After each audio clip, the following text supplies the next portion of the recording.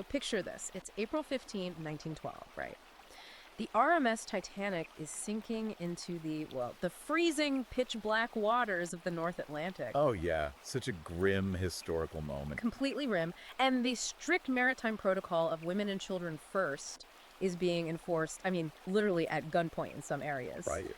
But when the sun finally comes up over the lifeboats, the survival data tells this really specific, kind of jarring story.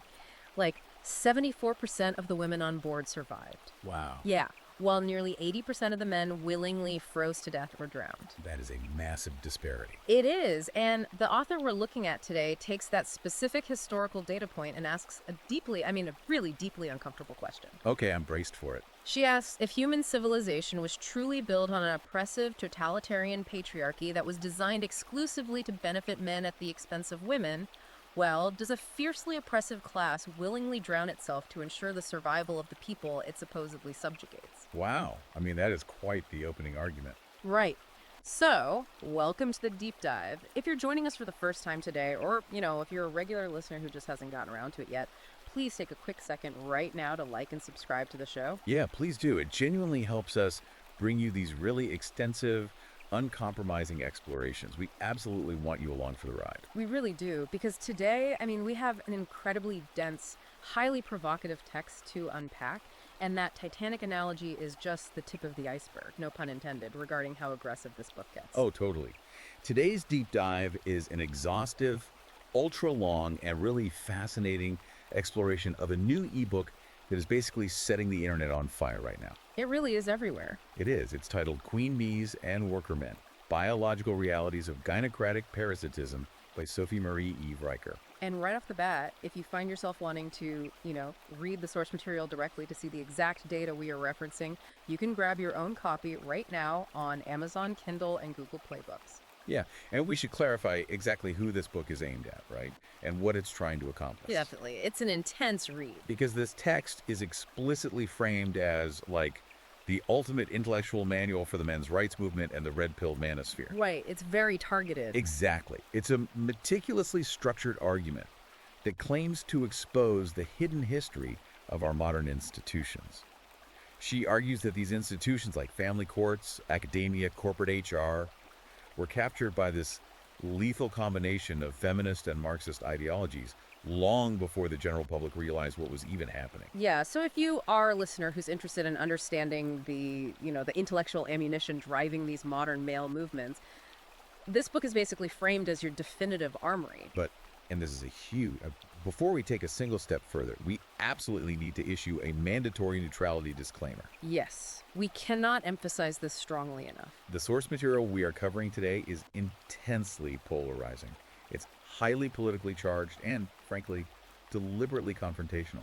Extremely. So we, as your hosts, are not taking sides. We are never taking sides on this show. We are absolutely not endorsing the viewpoints of the author, the manosphere, or, frankly, any political faction whatsoever. Right. Our sole mission today, our absolute only objective, is to impartially report, unpack, and convey the explosive ideas contained in this original text. Yeah, we're just here to act as your guides through the mechanics of these arguments, to help you understand the architecture of this worldview, right? Exactly. We dissect the logic so you can examine the machinery for yourself. We are analyzing the blueprint. We are not building the house. I love that. Analyzing the blueprint. So let's jump right into the deep end. The foundation of this book is a complete teardown of what the author calls the patriarchy myth. Right, which is basically the bedrock of modern gender discourse. Yeah, it's the thing you learn in literally every high school sociology class, right? The idea that historically women were an oppressed class subjugated by men. But Riker essentially takes a sledgehammer to this narrative. She really does. She frames early feminists not as oppressed victims fighting for basic human rights, but as, highly privileged disruptors. And she goes straight to the historical record to make this case. She focuses heavily on the actions of the British suffragettes in the early 20th century. Because usually when you're taught about the suffragettes, they're framed as noble pioneers holding placards, right? Right, chaining themselves to fences, very peaceful. But Riker demands the reader look at the actual police blotters. She points to March 10th, 1914, when a militant suffragette named Mary Richardson walked into the National Gallery in London, pulled out a meat cleaver, and just proceeded to hack Diego Velázquez's masterpiece painting, The Rokeby Venus, to pieces. Wait, a meat cleaver Yeah. in the National Gallery. Yeah, literally hacked it up. And the author makes the point that this wasn't just some isolated incident of vandalism. Right, because she brings up February 1913 when suffragettes firebombed the home of Chancellor David Lloyd George. I mean, they planted explosives in churches, they burned down public buildings and train stations. It was a massive campaign. And the author's overarching point here is that the Women's Social and Political Union wasn't just a peaceful protest group. She argues they operated quite literally as a domestic terror cell. Oh, wow. And this is where she analyzes the media and institutional response, which she claims is the real birth of the modern victimhood narrative, right? Exactly. She looks at the mechanics of the 1913 Cat and Mouse Act, officially known as the Prisoners Act. Yeah, break that down for us. What was the mechanism there? So, when these women were jailed for orchestrating arson and bombings, they went on hunger strikes in prison. And according to the book, the press and early cultural Marxists took violent arsonists and completely rebranded them. Rebranded them how? They transformed them into these fragile martyrs who were supposedly being tortured by a big, bad, oppressive male state. The author argues that the media deliberately manipulated reality to turn convicted bomb throwers into damsels in distress. Wow. Okay, so if historical narratives were rewritten to erase male sacrifice and rebrand female violence, how does that erasure manifest when we talk about actual political power? Right, because the standard historical line we all hear is taxation without representation. Exactly. That women were cruelly denied the vote despite paying taxes. But Riker calls this a complete obfuscation of a much more, well, she calls it a blood-soaked truth. Yeah, she points out that universal male suffrage wasn't some gift handed out by a wealthy patriarchy to its members. Like, let's look at the Representation of the People Act, 1918 in the UK. Right. Why did men finally receive the universal right to vote, regardless of property ownership? Exactly. And her answer is because they were being actively conscripted to die in the mud of the Somme during World War I. Yeah, she argues men didn't just ask for the vote. They bought it by being drafted, armed, and thrown into what she really vividly calls barbed wire meat grinders. It's a brutal image. Voting wasn't an inherent human right in that era. It was inextricably tied to the military draft, a civil obligation of flesh and blood that women were never legally forced to bear. So the mechanics of her argument here are that the suffrage movement was never a plea for equality. It was a demand for unearned privilege. Right. She argues these women wanted the reins of the carriage that they never had to build, pull, or, die to protect. Which brings us right back to that ultimate data point I mentioned at the top of the show. The one that she claims completely destroys the feminist oppression narrative. April 15th, 1912. The sinking of the RMS Titanic. It operates as a crucial empirical anchor for her entire historical worldview. So let's linger on the psychology of that moment for a second, because the author uses it to introduce a psychoanalytic concept she calls gynocratic projection. Yeah, this is where it gets really theoretical. Right, like if society wasn't an oppressive patriarchy, what is the psychology behind early feminism? What is driving this anger if it isn't based on actual oppression? She links it to a sociological scale version of the Electra complex. The Electra complex, like the Freudian concept. Essentially, yeah. The book claims that modern feminism projects a deep-seated, infantile, biological rage against the paternal figure onto an imaginary, omnipotent patriarchy. Okay, so it's an animus born from a father complex. Exactly. Because these early activists refused to acknowledge that male blood, sweat, and raw physical labor built the infrastructure, mined the coal, and fought the wars to keep them perfectly insulated, they projected their own feelings of inadequacy onto men. So they basically tried to smash the very system that provided them the luxury and the safety to complain in the first place. That is exactly her argument. Okay, I have to jump in here and push back on behalf of the listener, because someone listening to this might be screaming at their dashboard right now saying, wait a minute, men held all the political power. Oh, absolutely. Right, like men were the politicians, the judges, the CEOs. Men literally made the laws. So how can the author logically argue that women weren't oppressed if they had absolutely no say in the legal framework of the society? And, it's a completely valid counter-argument, and Riker anticipates it directly. How does she counter it? She counters the men made the laws rebuttal by asking, yes, men held the political power, but exactly how did they use it? Did they use it to coddle themselves? And I'm guessing she says no? No.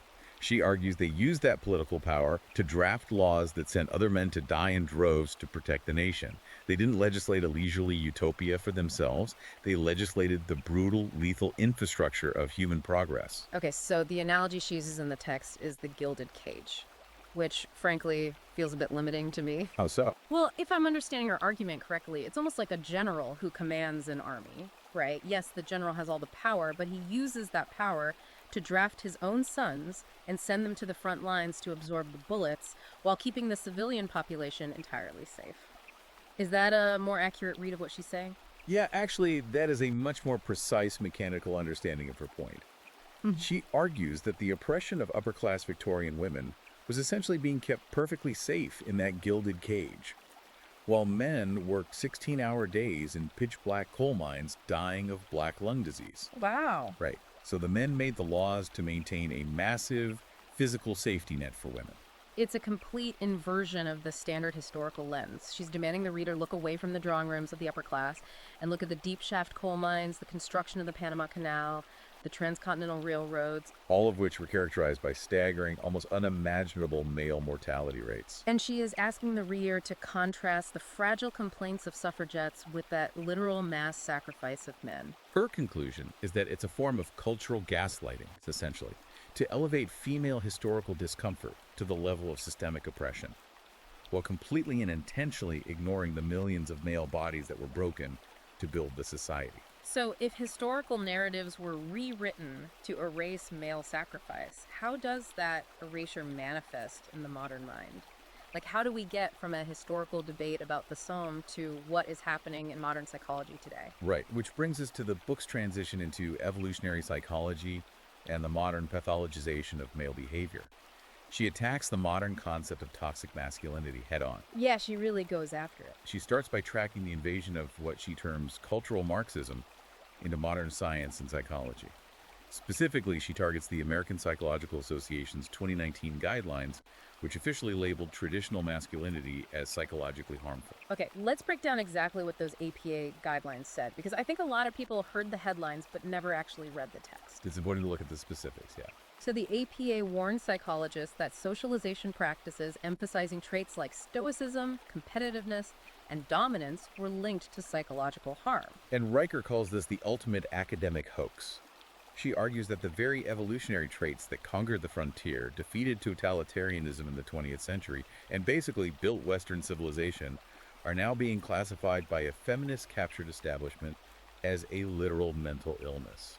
So she claims that the academic establishment frames male achievement, stoicism, and physical dominance as a direct threat to, like, a compliant, egalitarian hive mind. Exactly. And she grounds this abstract psychological debate in a very real, very physical place, which is a public education system. Yes. She outlines what she calls the Ritalin pipeline, which is a profoundly disturbing visual when you look at the mechanics of it. It really is. She uses raw data from the CDC showing that boys are diagnosed with ADHD at nearly 3 times the rate of girls. 3 times? That's huge. Why is that, according to her? The book argues that public schools, which are overwhelmingly dominated by female teachers who have been steeped in progressive university ideology, are actively criminalizing normal biological boyhood. Criminalizing it how? Well, if a young boy exhibits natural, hardwired evolutionary drives, the need to run, to aggressively compete, to physically challenge boundaries or authority, the institutional solution isn't to accommodate that energy. The solution is to heavily medicate him with psychotropic drugs like Ritalin or Adderall just to force compliance. She goes as far as calling it chemically castrating the male brain into passive submission. Yes, she doesn't mince words. No, she doesn't. And to really drive the point home, she asks the reader a provocative hypothetical. Imagine for a second if the medical establishment decided that female passivity, nurturing behavior, and agreeableness were suddenly classified as pathological disorders. Okay. Imagine if we started drugging little girls with heavy amphetamines to make them more aggressive, more competitive, and emotionally detached just so they would fit a hyper-masculine ideal. She points out that society would, rightfully, scream about systemic psychological abuse. Yet, drugging boys to act like compliant, quiet girls is celebrated as progressive behavioral correction. It's what she defines as institutionalized misandry masquerading as healthcare. Which perfectly sets the stage for the core of her evolutionary psychology arguments. Yeah. We have to talk about hypergamy. Yes, a massive buzzword. Huge buzzword in the manosphere, but Riker leans heavily on actual academic research here. Specifically, a renowned evolutionary psychologist named David Buss and his landmark 1989 cross-cultural study. Let's explain the methodology here for the listeners so they understand the weight of the data we're talking about. Yeah, it's crucial to understand the scale of Buss's research, right? He didn't just poll a few college students in an intro to psych class. Buss surveyed over 10,000 individuals across 37 radically disparate societies around the globe. We are talking about modern capitalist nations, communist countries, and completely isolated hunter-gatherer tribes. And the results were completely universal. Across every single culture, without a single exception, women prioritized male resources, status, and ambition when selecting a mate. Right, and Riker uses this massive data set to obliterate the feminist sociological dogma that gender preferences are merely social constructs manufactured by patriarchy. Because it's everywhere. Exactly. Female hypergamy, the drive to seek out high-status, dominant men who can provide resources, she argues is a biological imperative hardwired deeply into the human brain over millions of years of evolution. But she doesn't stop at hypergamy. Here is where the analysis of modern dating gets incredibly dark.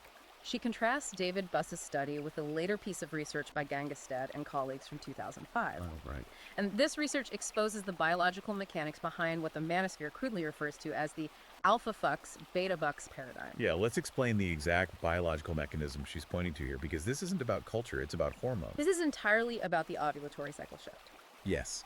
Gangestad's research suggests that women unconsciously, biologically, shift their mating preferences based on their exact fertility status during the month. Wait, like day by day? Basically, during the highly fertile phase of their cycle. When conception is most likely, women are psychologically and chemically drawn to aggressive, high testosterone dominant men. The alpha who signals superior genetic traits for offspring. Right. But when they're not in that fertile window, their preferences seamlessly pivot toward compliant, resource-rich, submissive men who signal a willingness to provide long-term protection and provisioning.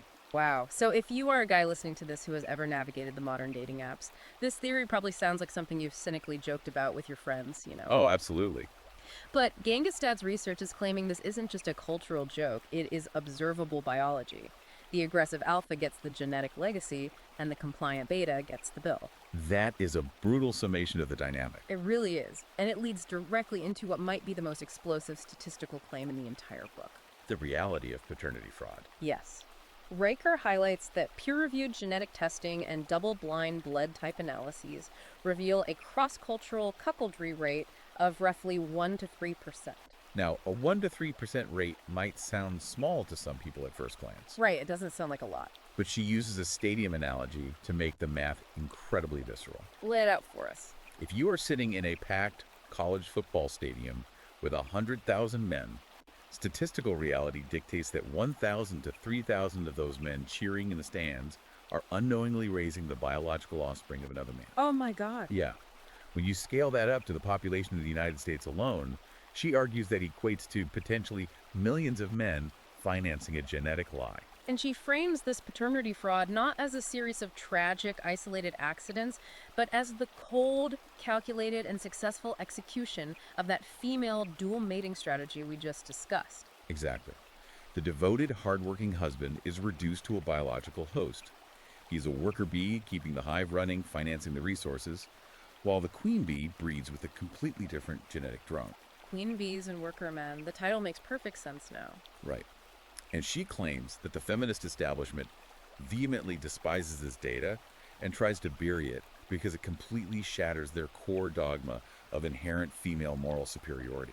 This biological and psychological reality culminates in what she calls the misandrous double bind. How does this operate on the psychology of the everyday man trying to navigate a relationship? So the double bind is a psychological feedback loop where men simply cannot win no matter what they do. Or so. Well, society, heavily influenced by feminist ideology, loudly demonizes men for being traditionally strong, calling it toxic masculinity. If a man is strong, stoic, protective, and competitive, he's labeled a threat and a monster who needs to be dismantled. But the exact moment a man actually listens to that advice, drops his guard, and shows genuine weakness, fear, or vulnerability, he is utterly despised by the very women who urged him to open up. Wait, really? According to her, yes. Yeah. He loses their respect instantly. He is punished legally and socially for strength and punished biologically and romantically for weakness. That sounds completely exhausting. I want to break down a specific concept she introduces here called biological debt and the oxytocin deficit because it perfectly captures how she views the modern sexual marketplace. Oh, this is a fascinating part of the book. And honestly, this requires a new analogy.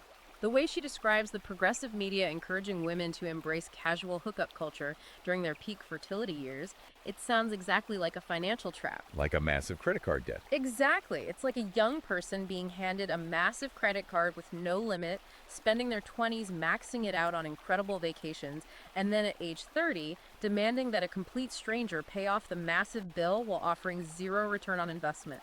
That is a highly accurate way to map her argument. Let's look at the neurobiology behind that credit card bill. Okay, let's hear the science of it. The queen bee follows her primal instincts with aggressive men during her 20s.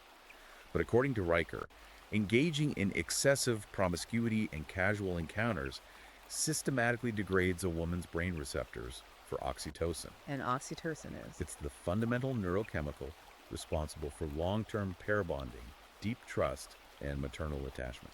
So it's not just a moral argument she is making, it's an actual neuroplasticity argument. The brain physically changes. Precisely. By the time these women hit what the manosphere calls the biological wall, usually around age 30, and suddenly decide they want a stable, resource-providing husband, their neurobiology is compromised. They've accrued a massive biological debt. Yes. They find themselves radically medicated, unable to deeply pair bond with a single partner, and yet they demand that a compliant worker man step in to pay off that debt, provide a luxurious lifestyle, and offer unconditional forgiveness for her chaotic past. Wow. And the author's advice to men is to absolutely categorically refuse to be the bailout plan for that rigged biological casino. Walk away from the table. Exactly. So if that is the biological and psychological reality according to Riker, section 3 of the book asks the ultimate scaling question: how do these biological dynamics manifest in macroeconomics and government policy? This is where we get into her overarching theory of gynocratic parasitism. She essentially defines the entire modern welfare state as a giant, heavily armed, bureaucratic husband. A giant, heavily armed husband. I mean, that is quite the image. Walk me through the mechanics of that. She argues that feminism realized centuries ago it could never actually defeat male provision. Women still required the massive infrastructural and financial output that men produce. So what did they do? So rather than defeat it, feminism simply outsourced it to the government. By weaponizing the state, feminists replaced the traditional localized marriage contract with a massive coercive taxation contract. So men are footing the bill regardless. Right. Men are compelled by federal law, under threat of armed police and imprisonment, to fund women's existence through taxes, subsidizing their health care, their housing, their single motherhood, without receiving any of the reciprocal benefits, loyalty, or respect that traditional marriage once offered. That leads right into how she goes straight for the jugular on the famous wage gap narrative to prove this economic transfer. She completely obliterates the idea of the 77 cents on the dollar fairy tale, insisting it's based entirely on political emotion rather than basic, observable economics. Let's break down the logic she uses there. Sure. She points out that if women truly produced identical output, identical labor, and identical value at a 23% discount, greedy capitalist corporations would exclusively hire women. Which makes sense economically. Right. Any CEO who wanted to maximize shareholder value would fire every single man in the company tomorrow. Male unemployment would be 100%. The fact that this hasn't happened proves the gap isn't about systemic discrimination. It's an earnings gap based entirely on voluntary choices. Right. Choices like total hours worked per week, willingness to take hazard pay for dangerous jobs, longer commute times, and the willingness to relocate across the country for a promotion. Exactly. And to show exactly what happens when a government ignores those economic realities and tries to mandate equality of outcome, she brings up the 2003 Norway gender quota paradox. Oh, this is a perfect example. I think we need to explain how this quota actually functioned and why it failed. So in 2003, Norway passed a highly draconian law mandating that all public companies have at least 40% female representation on their corporate boards. Okay. Feminists globally cheered it as a monumental victory for equality. But the unvarnished economic reality, according to the longitudinal studies she cites, was catastrophic. Why? What was the actual mechanism of the failure? By forcing companies to prioritize gender over competence, experience, and meritocracy, companies were forced to hire younger, vastly inexperienced female directors simply to avoid being legally dissolved by the state. Just to meet the quota. Right. This led to a massive loss in institutional knowledge, poorer corporate decision-making, and a subsequent measurable drop in stock value and corporate performance. The state had to literally force companies to act against their own economic survival interests just to appease an ideological quota. Which brings us to the core financial reality of her entire macroeconomic argument. The concept of net taxpayers versus net recipients. Yes, the hard fiscal data. She states unequivocally that despite all the cultural talk of fierce, independent women who don't need men, the data consistently shows that men are the net taxpayers funding the entire system. When you look at the life cycle of taxation and government spending, the data is clear. Over their lifetimes, women consume significantly more in state benefits, subsidized healthcare, education, and public services than they will ever pay back in taxes. And for men, Conversely, men consistently pay vastly more into the tax system than they ever consume. Therefore, the book argues, men are net taxpayers, literally funding their own subjugation. They are acting as the biological host for a gynocratic parasite that will continuously extract their wealth and never thank them for it. and this macroeconomic extraction transitions into what she calls the crisis of the missing male and the sacrificial scaffolding of society. And the statistics she uses here are incredibly grim. They are deeply sobering. She points out that men account for over 92% of all fatal workplace injuries. Wow. 92%. Men are the ones doing the grueling, lethal work of physically building and maintaining the infrastructure, dying in construction collapses, falling from high-tension cell towers, being crushed in logging accidents, and suffocating in mines. And on top of that, she notes that men account for nearly 80% of all suicides, driven by the immense pressure to provide in a society that offers them zero emotional support. She describes a scene in the book that she says physically sickens her. She observes a taxpayer-funded women's empowerment center, complete with free lattes, yoga spaces, and resume workshops specifically for upper-middle-class feminists. Okay. And situated mere yards away from the entrance of this multi-million-dollar facility is a sidewalk grate where homeless male veterans, the men who actually bled to secure the nation, are sleeping in the freezing night just to survive. Yeah, and she uses that visceral visual to define sacrificial scaffolding. It's a striking image. Society inherently expects men to hold up the entire structure of civilization. Men are expected to absorb the brutal weather, do the lethal labor, and bear the infinite weight. Right. But when the beautiful building is finally complete, the scaffolding is stripped away, dismantled, and discarded without a second thought. The gynocracy moves into the luxurious penthouse, and the men who broke their bodies to build it are told they are privileged oppressors who need to check their toxic masculinity.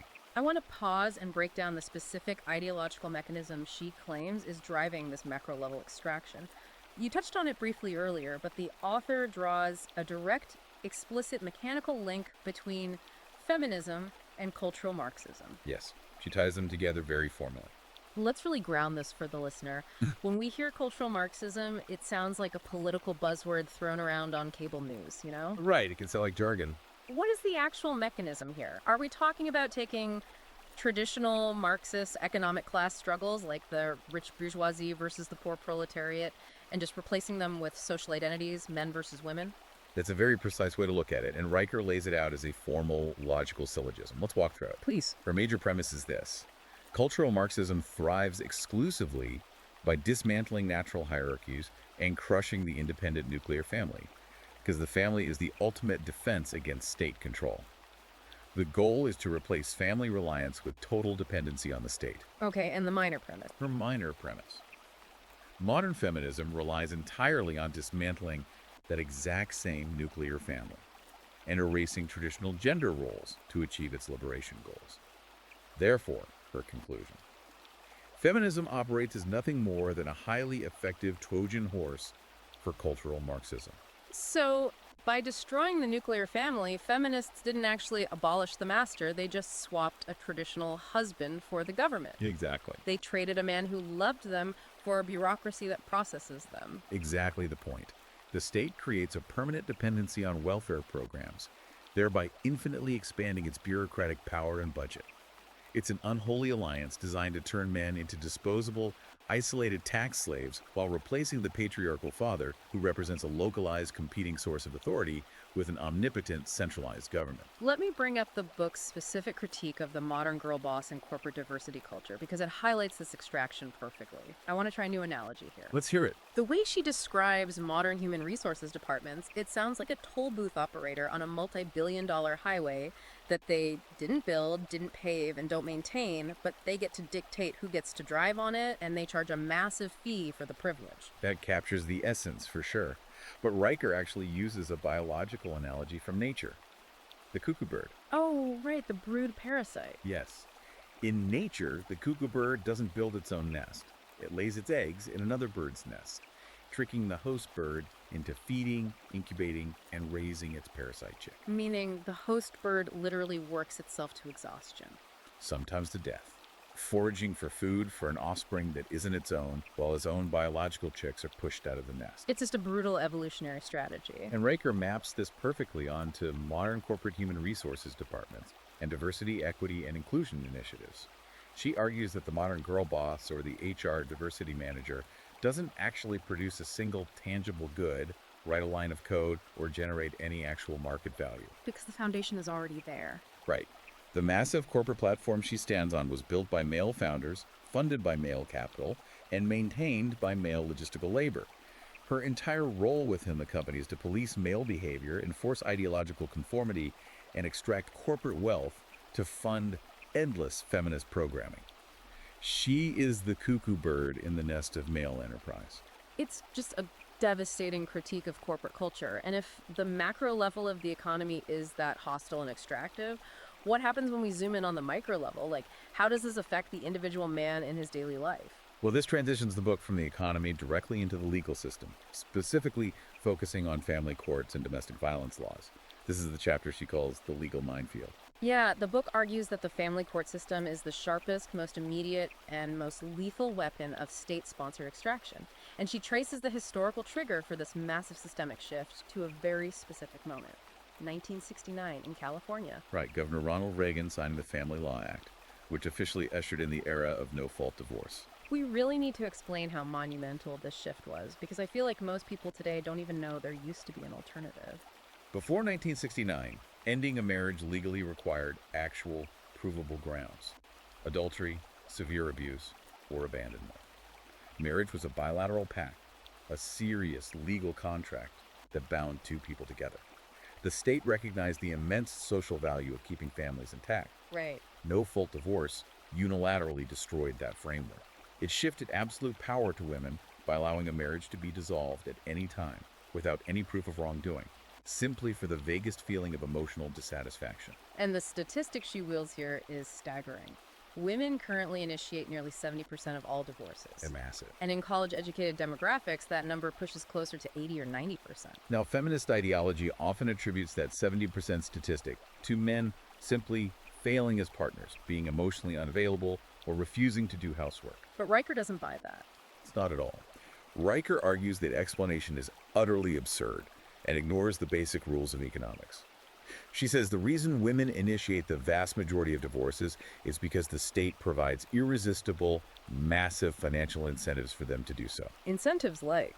They initiate divorce because they know they will almost certainly be rewarded by the courts with the family house, primary custody of the children, and a court-ordered, decades-long extortion check in the form of alimony and child support. Which brings us to the 1986 Bradley Amendment. What does this specific law do to men? The Bradley Amendment is a federal law that enforces child support obligations with an absolute iron fist. How rigid is it?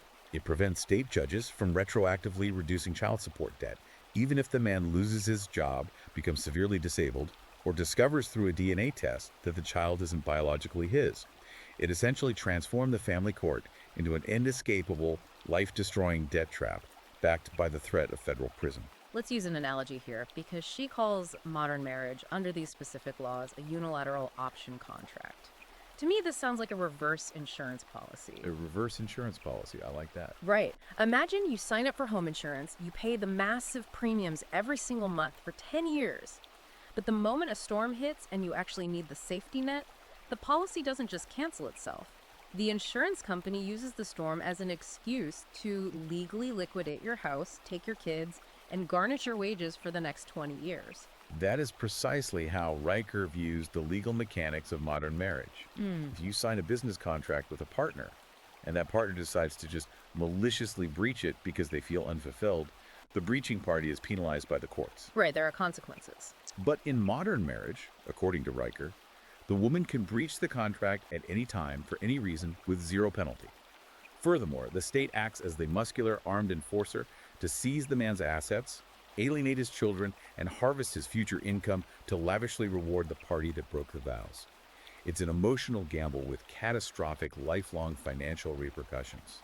And this legal hostility isn't just financial, it's heavily entrenched by the domestic violence industry.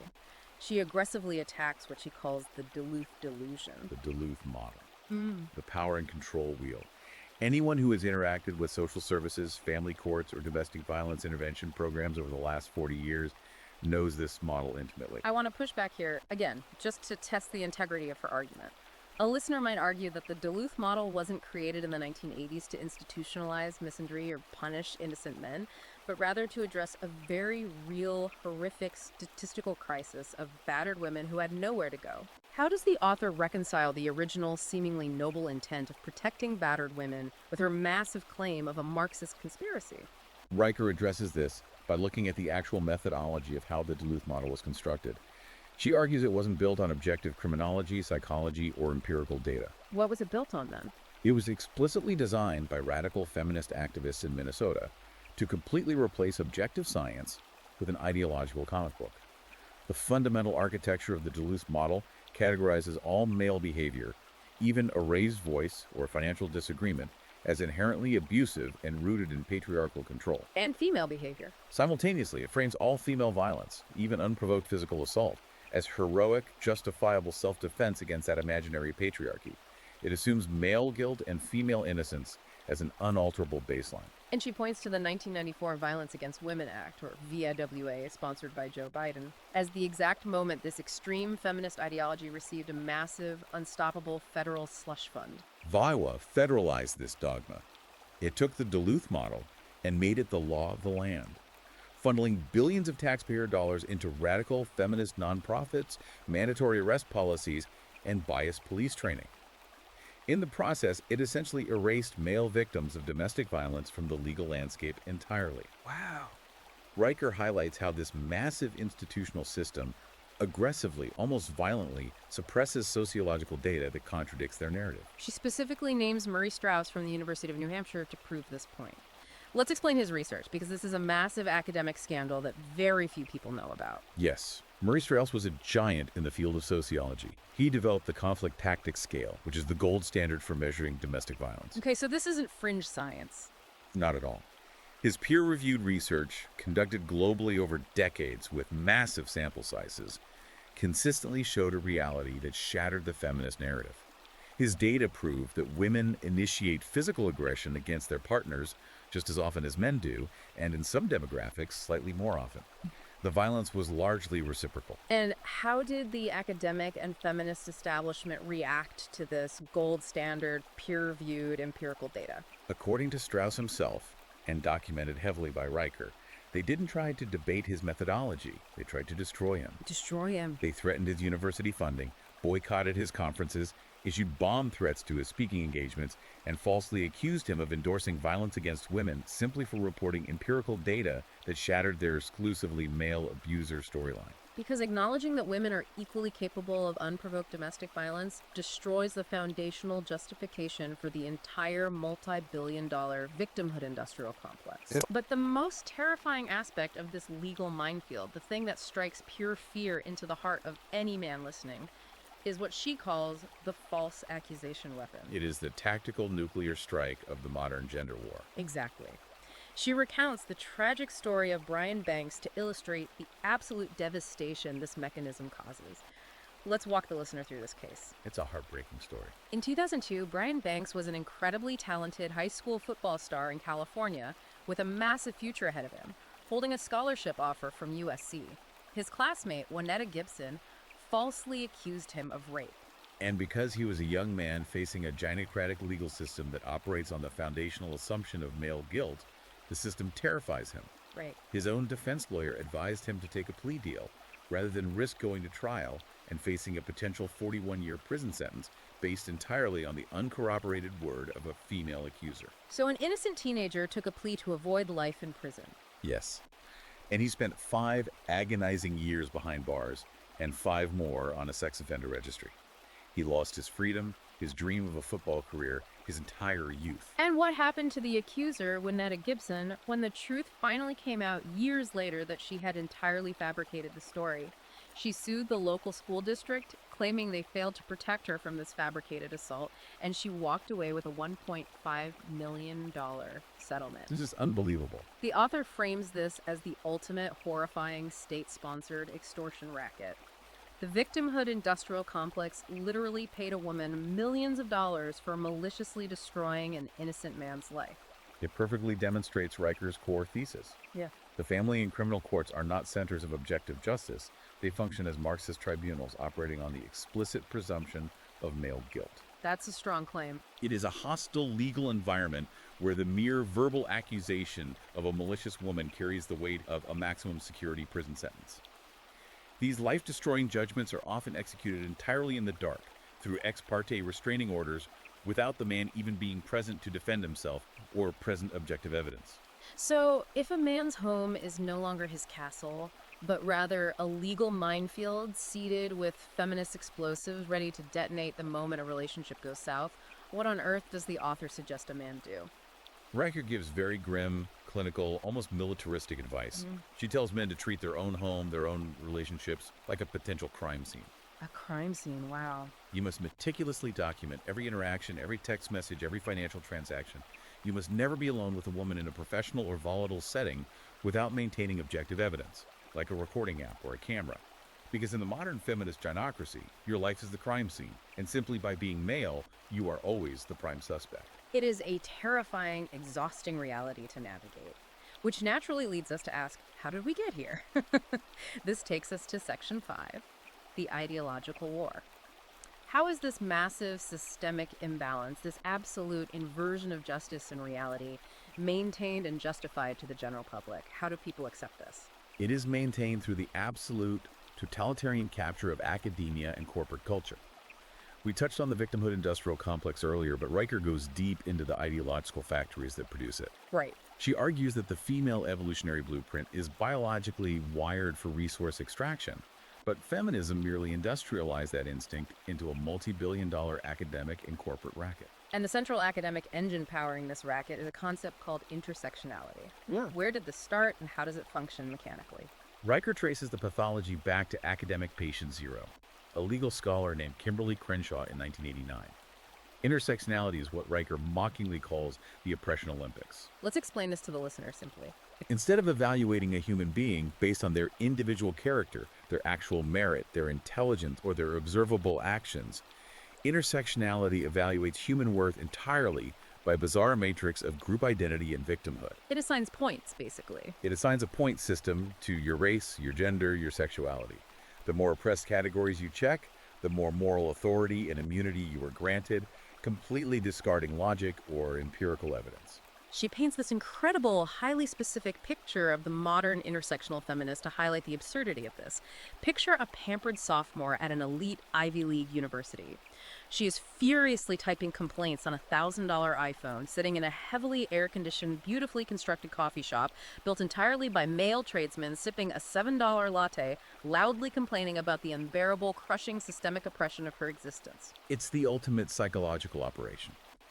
The goal of intersectionality, according to the book, isn't civil rights or actual equality. The goal is to extract unearned political power, mandate social preferential treatment, and secure lucrative financial settlements by adopting the phony, weaponized mantle of the oppressed. So it's a way to demand the resources of the successful without having to replicate their effort. Precisely. And when you look at how this academic corruption operates at the highest levels of power, she points to the recent Claudine Gay Harvard plagiarism scandal as a flawless, real-time case study. It is the perfect example of the ideology protecting itself.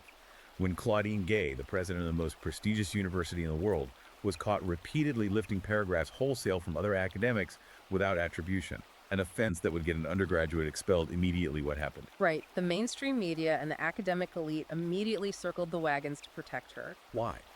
Because she was a female intersectional figurehead.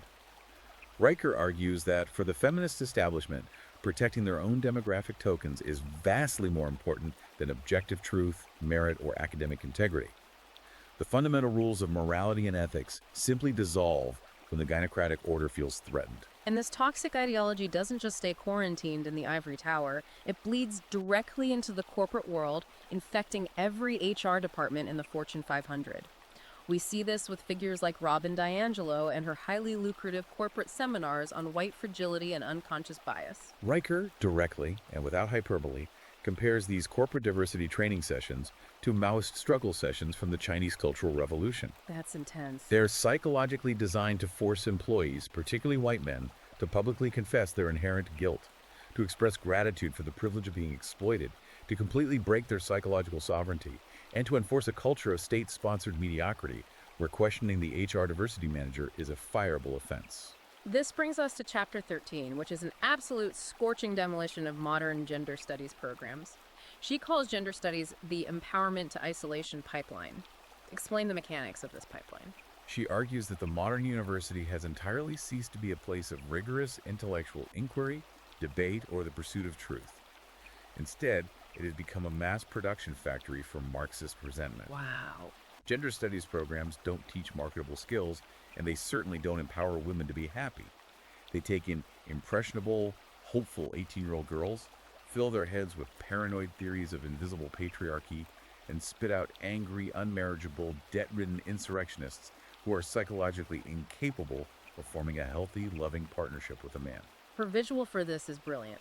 She asks the reader to picture a 24-year-old woman drowning in $120,000 of non-dischargeable student debt, wearing a green apron behind the counter at Starbucks. She holds a master's degree in oppression studies. Yep, the classic trope.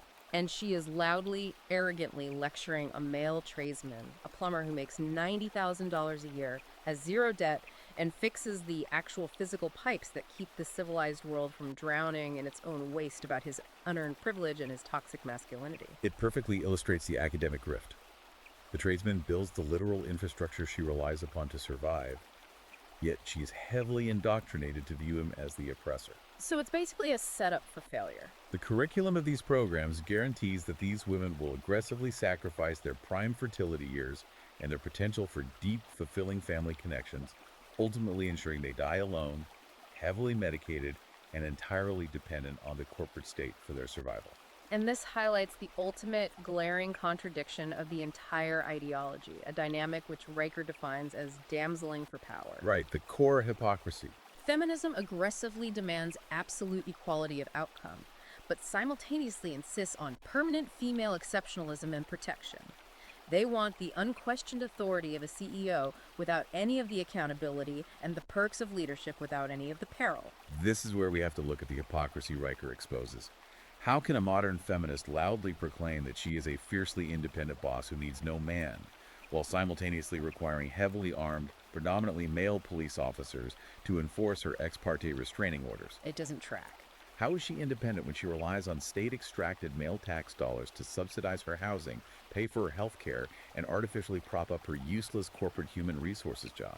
Independence is a very special, very luxurious kind of independence when someone else pays all your bills, builds all your roads, and does all your fighting for you.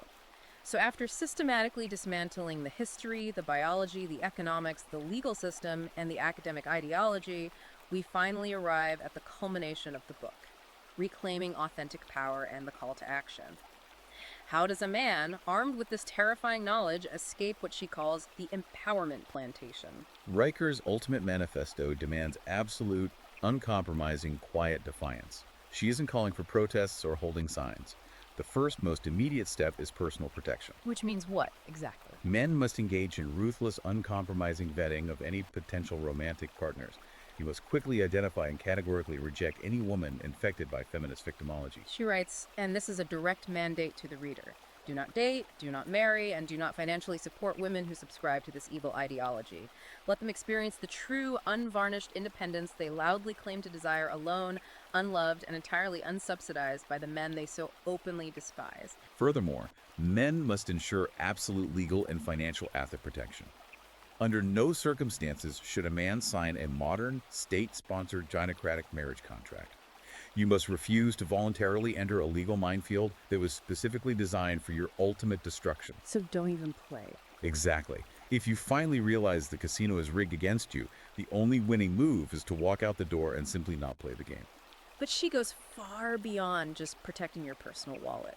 She advocates for a massive systemic strategy, starving the beast. What does this strategic withdrawal of male utility actually look like on a societal scale? It is the ultimate leverage men possess, and it is entirely peaceful. She urges men to simply stop volunteering for the life-destroying, hazardous, high-stress jobs and sustain a society that actively demonizes them. Just walk away from it. If the culture screams that traditional masculinity, stoicism, and the drive to build are pathological mental illnesses, fine. Let the infrastructure crumble. Let the power grids fail. Let the system feel the catastrophic, terrifying weight of its own parasitic incompetence. That's a chilling thought. When the workermen step off the tax plantation, prioritize their own peace, and refuse to bleed for the hive, the entire Marxist structure will inevitably collapse under its own weight. The queen bees will suddenly realize, much too late, that their power was always an illusion maintained entirely by male sacrifice. It's an incredibly radical, almost apocalyptic call to action. No. But despite the intense, uncompromising rhetoric throughout the entire text, the author explicitly states at the end that women are not the enemy. I think we need to linger on this because it changes the entire tone of the book's conclusion. It is a crucial synthesis of her final message, and it elevates the book beyond simple internet rage. She isn't calling for bitter misogyny, resentment, or blind anger. Anger is exactly what the feminist establishment weaponizes against men. It proves their point. So what is she calling for? She is calling for cold clarity. The stoic realization that the truth, once clearly perceived, cannot be unseen. She writes that the vast majority of ordinary, everyday women actually want competent, reliable, masculine men. They want strong fathers for their children. The feminist ideology only truly benefits a razor-thin slice of elite institutional bureaucrats, HR managers, and professional activists who monetize gender dysfunction. Right. Ordinary women suffer deeply under this regime, too. They are lied to by universities, told their natural nurturing instincts are a patriarchal construct, and encouraged to sacrifice their fertility and youth to a lonely life in corporate middle management. Exactly. And this is how a listener can use this book practically in their daily life. When a coworker parrots the 77 cents wage gap statistic in the break room, you don't rage at them. You calmly, analytically ask why greedy capitalist employers hire men at all if women are 23% cheaper. You just ask the logical question. Right. When an academic claims gender is merely a social construct, you calmly point out that every single cell in the human body carries distinct sex chromosomes. You use hard facts, like sunlight, to expose and disinfect the ideology. Reaching across the aisle to ordinary women who inherently sense the system is broken, who realize the gender war has made everyone miserable but lack the specific vocabulary to explain why, is the highest calling for a man armed with this knowledge. You don't retreat into bitterness. You rebuild your life on a foundation of unapologetic, undeniable masculine virtue. Men lead not because of some conspiratorial oppressive privilege, but because leadership, provision, and protection are the masculine contributions to the human partnership. Truth is ultimately immune to institutional capture. Every lie exposed, every piece of data shared, weakens their foundation until the whole rotten structure comes down. What a monumental, heavy, and meticulously constructed text. As we wrap up this massive deep dive, I want to leave you, the listener, with a final provocative thought extrapolated directly from Riker's arguments. We've spent the last hour detailing how evolutionary biology, female hypergamy, the necessity of male sacrifice, and the deeply ingrained drive for the nuclear family are hardwired into our species over millions of years. The absolute biological anchors of human existence. So here is the lingering question. What is the ultimate breaking point for a civilization that legally, culturally, and academically mandates pretending those biological realities don't exist? You can rewrite the divorce laws, you can capture the universities, and you can mandate corporate diversity quotas all you want. But can you legislate away millions of years of evolutionary psychology? That's the real question. Or will nature, eventually and inevitably force a catastrophic, violent correction upon a society that insists on building its foundation on a biological lie. Something heavy for you to mull over. A powerful, terrifying question. And if you want to explore the answers, if you want to see the raw data for yourself, you really need the source material. You absolutely do. If you want the ultimate intellectual ammunition we discussed today, you need to go to Amazon Kindle or Google Playbooks right now and buy your copy of Queen Bees and Worker Men, Biological Realities of Dinocratic Parasitism by Sophie Murray Eve Riker. And to continue your education and follow the ongoing real-time research, make sure to subscribe to the author Substack at Conrad and Riker. Supporting independent voices is the only way these vital conversations continue outside the mainstream algorithm. Thank you so much for joining us on this massive deep dive. We know it was intense, we know it was provocative, but we promise to always bring you the unvarnished breakdown of the ideas shaping our world. One final reminder, please take a second right now to like and subscribe to the show so you never miss a deep dive. Until next time, keep digging, keep questioning the narrative, and stay curious.